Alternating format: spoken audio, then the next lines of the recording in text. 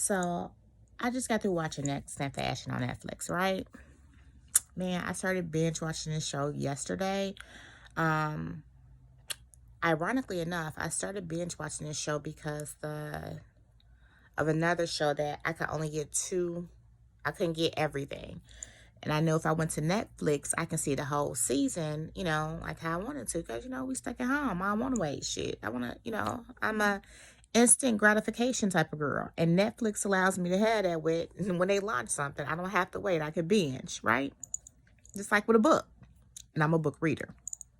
Anyway, I digress. So Next in Fashion is totally awesome. So if you are a Project Runway or a design show fan, this would be something that you like. It's totally different in a genre. It starts off, I think it's like 18 people. They break them up into teams, and then they just start knocking people out 2 at a time, each one.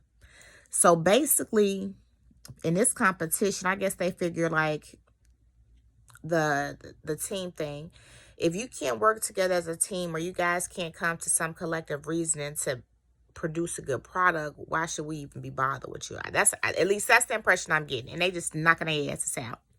There's some things I like about that some things I don't, but it is what it is. It's that show. One, let me say, the production value on Netflix series is absolutely amazing. I watched Rhythm and Flow a couple of months ago, and I was just outdone. I mean, everything was spectacular. The level of professionalism that they launch these people on, even if they don't win, the platform that they give them, the stage that they prepare, that if, it's absolutely amazing. You know what I'm saying? So, because it captures your eye. It's very eye-catching. They do amazing production on all their things. So, kudos to Netflix. Anyway, back to Next in Fashion. So, you get emotionally invested, and the way they do it is kind of it's kind of fucked up psychologically, because they put these people, they starting off with them in teams. So you have to think about it. Even if you don't like this person, they're not saying that you can switch to a different person or a different team. They saying you all are stuck with fucking each other. You know what I'm saying? And in some cases, these people might not even know each other. That's my understanding. And then that's what kind of like messed me up. I think I'm going to have to look at the trailer to see what that premise was. I'll do that after this. Anyway, long story short is, and you have to think about it. So if each challenge is 2 days, then basically they stuck with these people for 2 weeks. And then because they're not showing us how their living situation is, and that's another thing that they do, like with Bravo, they give you, the backstage splashes of what's going on at the house and other that. Well, no, Netflix, they ain't doing none of that with this. It's all about the fashion. They don't care if you like these people, none of that. You know what I'm saying? That's their business. All you need to be worried about is what they doing with these clothes. You know what I'm saying? So, you like them based upon how you see them interacting with other people and the product that they produce. But then what they do is, for 2 weeks, they got these people together. So they're emotionally invested in each other. And then now they're going to say, hey, let's get cutthroat. But in the process of them getting cutthroat, they still knocking 2 of these motherfuckers off at a time.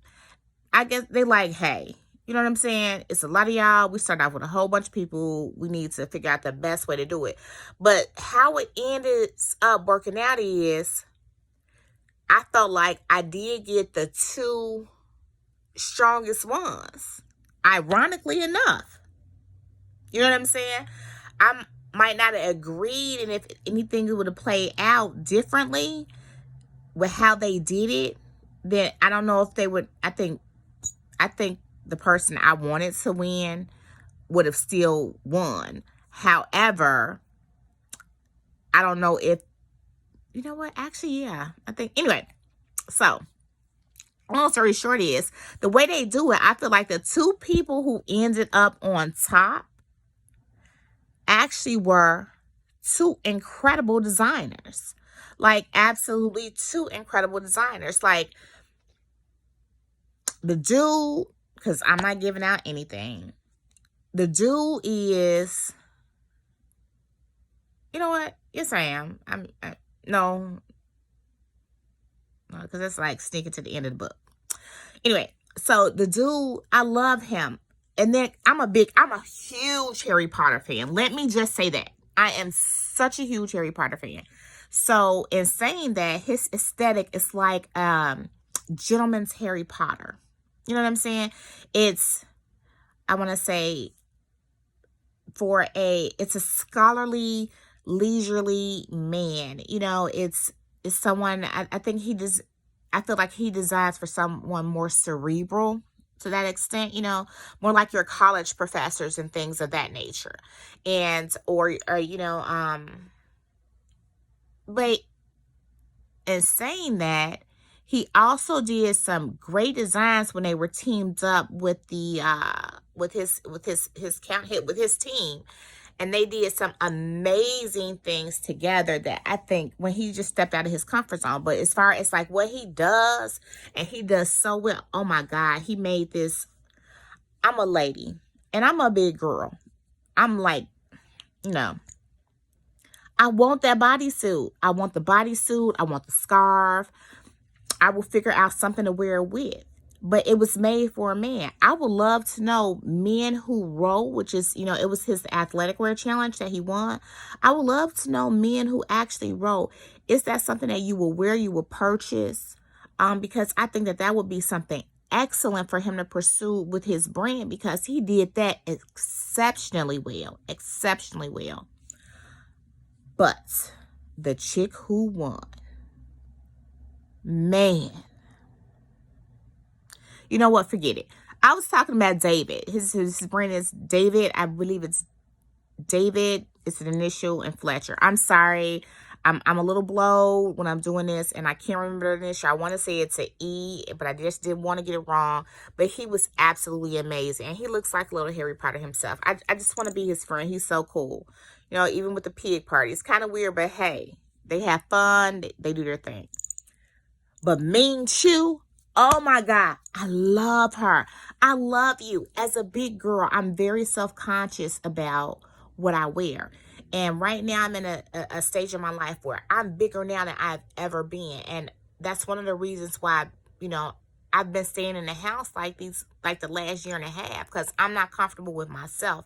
I don't feel pretty or sexy when I'm walking out the door.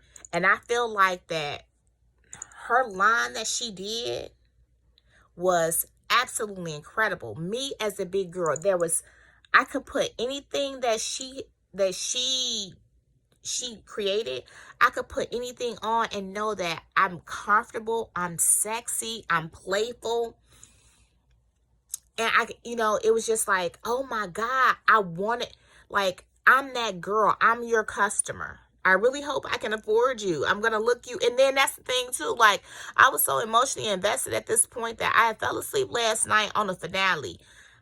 Woke up and, I mean, before I even did anything else, I watched the finale. I wanted to know what happened. I literally fell asleep on like end of day 2. You know what I'm saying? So I woke up to see who won. And then my instinct was to, like, because again, I'm just like I said, I like instant gratification. So I'm sometimes, if I'm really, really curious, I would cheat. I would go to the back of the book. I would read. I would want to know what's going on. Then I go back and finish. You know what I'm saying? Because I want to see how I got there.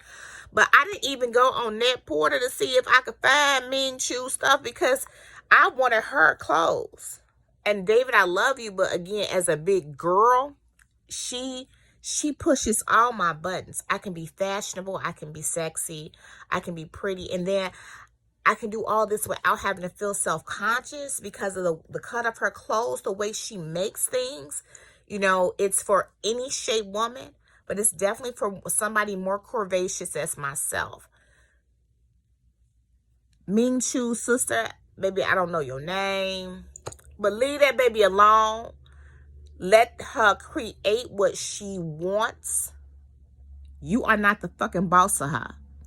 If you shut the hell up and let her do her thing, creatively, on the business end, you will increase your business, especially after this. I really hope that when y'all got home, y'all left that baby alone. We are going through a freaking quarantine. Minju, I hope you are safe. I wish you well. Baby, I hope you are creating fantastic things to bring forth into this universe. I love the way your mind works. You're bright. You're cheerful. I am rooting for you. You know what I'm saying? I want to be your girl. You know, I really hope that you are in a bracket where I can actually afford to buy your pieces because they are beautiful. You know what I'm saying? Like, they're making me be eager for the quarantine to end so I can just go out and be pretty while I'm trying to get back to me. So thank you for that. Netflix, you're doing a good job. So I wonder what else I'm finna watch. Stay tuned.